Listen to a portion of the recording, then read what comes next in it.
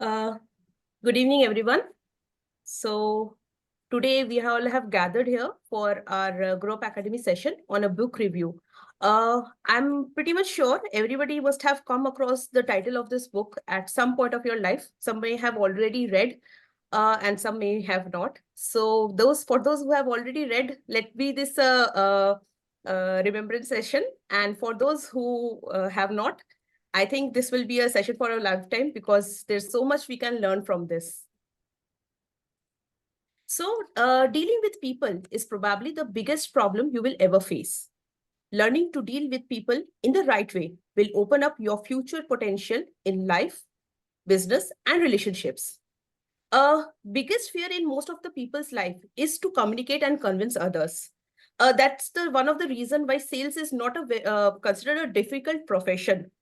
But in our day-to-day life, there are a lot of activities which is involving dealing, handling people, and there are a lot of interpersonal skills that has been required. So let's learn how we can master this art. How to handle people. First, don't criticize, condemn, or complain. Criticism is futile because it puts a person on a defensive and usually makes them strive to justify themselves. Criticism doesn't yield anything positive. We are often met with resentment. We have to remember that we are dealing with creatures who are creatures of emotions, and criticism may hurt their pride and ego. Give honest and sincere appreciation. The deepest principle in human nature is the craving to be appreciated. Flattery comes from the tongue, but appreciation, it comes from the heart. Arouse in other person an eager want. The world is full of people who are grabbing and self-seeking. So the rare individual who unselfishly tries to serve others has an enormous advantage. Give people what they want, not what you want. Of course, we will be interested in what we want, but why would someone else be? To convince someone else to do something, we have to frame it in such a terms that motivates them. There are 6 ways to make people like you. First, become genuinely interested in people, becoming meaningful in your interactions, and the path to success in any individual is far more simple and far more sustainable if you are actually interested in person. A smile. A smile, once someone said, costs nothing but gives so much. It enriches those who receive it without making poorer those who give it. Then, to remember a person's name. A person's name to that person is the sweetest and the most important sound in any language. Remember, if you remember somebody's name, it is the greatest way to make that person feel important.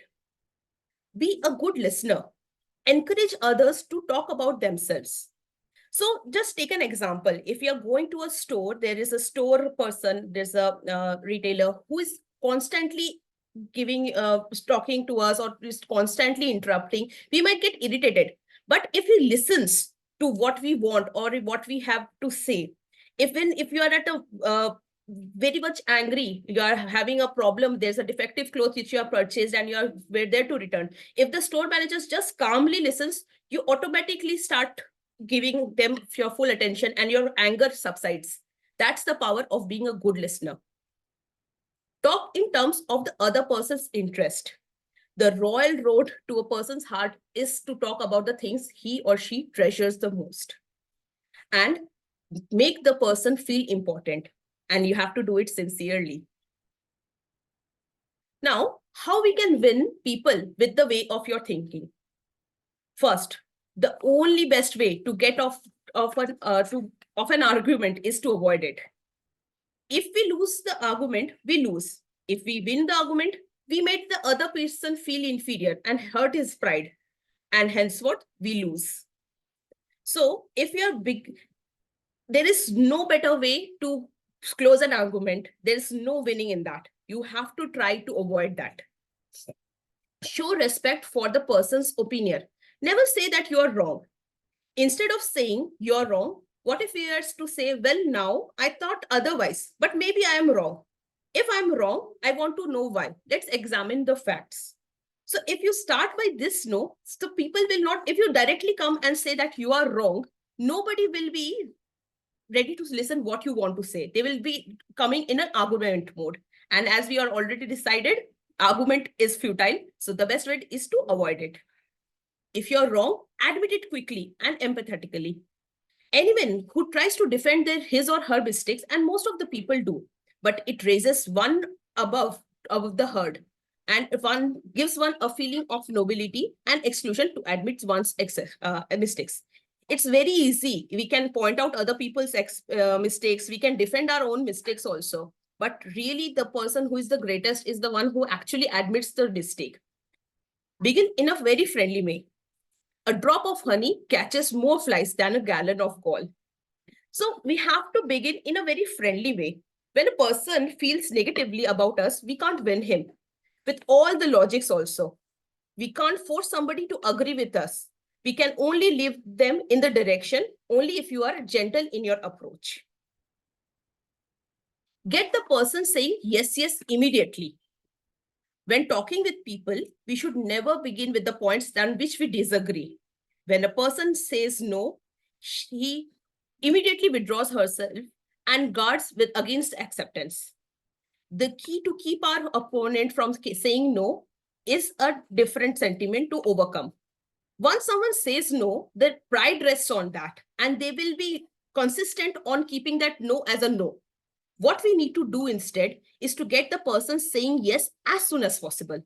That starts moving the person in an affirmative direction.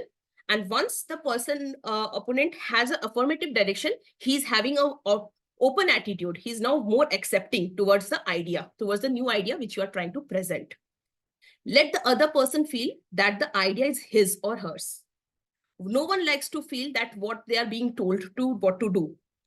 When we are trying to win someone with our way of thinking, we can guide them there. Just get them halfway or so. Then step back and let them see the idea through the completion. So if you let the idea, make the person feel that the idea was his or hers, then they will be standing by their own idea, presuming that that's their own idea. If you guide them throughout the entire journey, that will be made them feel that this is what you're telling them to do. But if you guide them halfway and let them reach to the final moment by themselves, they will feel that this is their own idea, and now they will be able to accept that idea. Try honestly to see things from the person's point of view. We often ask ourselves, how would we react if we were in his shoes? We will save ourselves a lot of time and frustration because we will understand his perspective. Success in dealing with people lies on being able to have a clearer grasp on other person's viewpoint. Only and only when we know how they are thinking, then only we can win them. That is one of the basic strategy. Even when we are going for a client also, we need to understand what the client deems important, what is their point of view. Then only we will align our ways. Otherwise, that will be two parallel lines which will never cross apart. Be sympathetic with the person's ideas and desires. 3/4 of the people you will ever meet are hungering and thirsting for sympathy. Give it to them. They will love you. If you're sympathetic towards a person's idea and you tell them that your idea is good, your idea is mattering, your idea is important, half of the battle is won there itself. They will love you from there onwards because they will feel that you are on their team and whatever you are suggesting is for their own benefit. Appeal to the nobler motives. Most of the people are honest and want to fulfill the obligation. In most of the cases, people will react favorably if we make them feel that we consider them honest, upright, and fair. So if you're telling the person that, yes, I consider you a very honest person, there is no way that way they will back out. Most of the people are supposed to be, people in generally are supposed to be honest, and they want to stand by what they had said or what they have committed. If you make them feel that their motives are nobler and you have very high regards of them, it's very difficult for them to back out of them because they have already made a good impression in your eyes and they don't want to fall towards that impression. So if you appeal to their nobler motives, your task might be getting done in a better way, on an easier way. Dramatize your ideas. To be effective in convincing someone of our ideas or our argument, it is not enough to merely state the truth. If we want someone's attention, we have to present that truth in a vivid, interesting, and a dramatic way.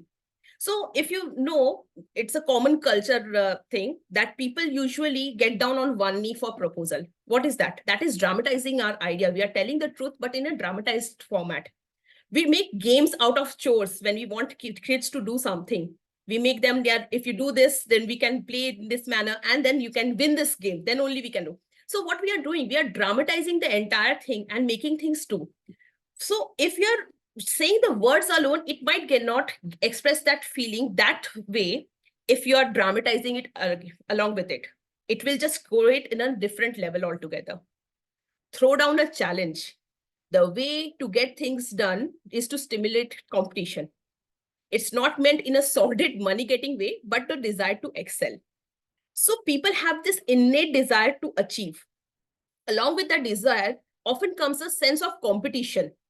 Everyone wants to be the best and outdo others. We can just throw down a challenge and make sure that the people can be winning on that manner. Be a leader. How to change people. Begin with praise and honest appreciation. Beginning with praise is like the dentist who works with painkillers. The patient still gets a drilling, but the painkiller kills the pain. So if you start with the praise and honest appreciation, then half of the pain post it will be suppressed and people will be already on your side. Call attention to people's mistakes indirectly. Most of us respond bitterly to direct criticism. We are looking to change people without offending them or arousing resentment. Simply changing one 3-letter word can be the key to our success. Now, what is that 3-letter word? That is but. Most of the way, times, what we do is we start with the honest appreciation. We start with saying this and that. We praise them. We give them lots of appreciation. Then we introduce the word but. That will appraise the entire situation, and then the person will have a questioning of the praise and appreciation itself, that whether it was just to start the conversation or we do genuinely believe on that praise or appreciation. I'll give you an example. So let's say your kid has worked very, very hard, and he tried to, he gave his exams and he got good results in comparison to previous marks, but he could not come to first. Just listen to these two ways of saying and see which one works more. One is, we are proud of you for getting better grades. If you had worked even harder, you could have gone first. Or what would I say like this? We are proud of you of getting better grades. And if you continue this work, you will get first next time. Which one do you think will suit better? Which one do you think your kid will accept it?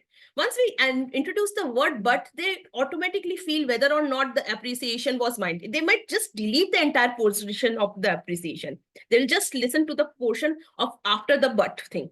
But if it, instead of a but, if you introduce an and, then it's the whole game. And then they are understanding that you are appreciating them as well as commenting them for the improvement. Talk about your own mistake before criticizing the other people. Admitting one's own mistake, even when one hasn't corrected them, can help convince somebody to change his behavior. Ask questions directly instead of giving orders. People are more likely to accept the order if they had been the part of the decision that is caused the order to be issued. You can give them the opportunity to learn from their own mistakes. You can ask them how they can build, how they can improve themselves. Because if you give them the direct orders, they may not accept it that well. But if you ask them for directions, they themselves will be the part of the decision, and they themselves will say, yeah, I did not do this better because I did this wrong. I might do this time, then it will be improved. So now they are the part of the decision making themselves. And now they will not have a direct clash with you.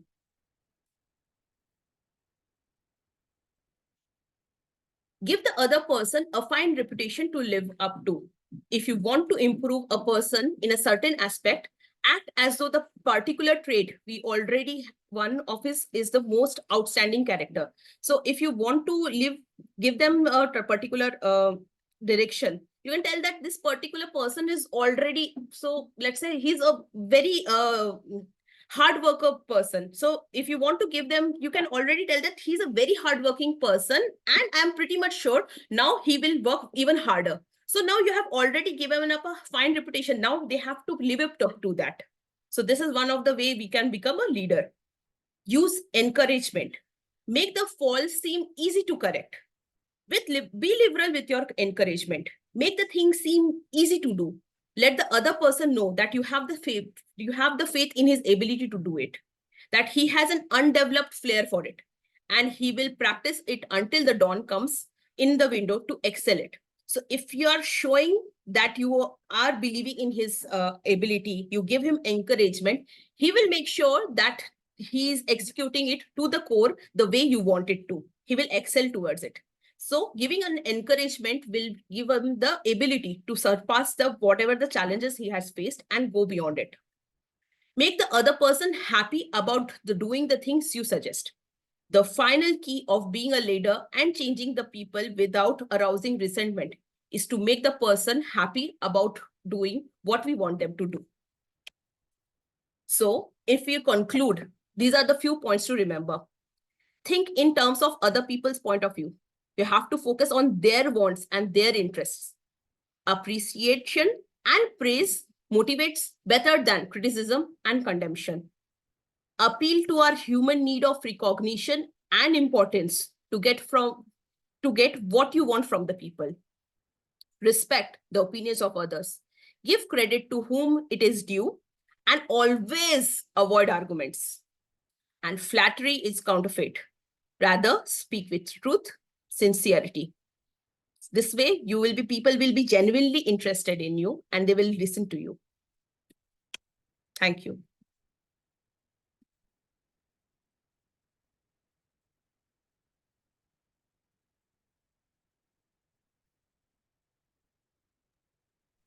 Awesome presentation.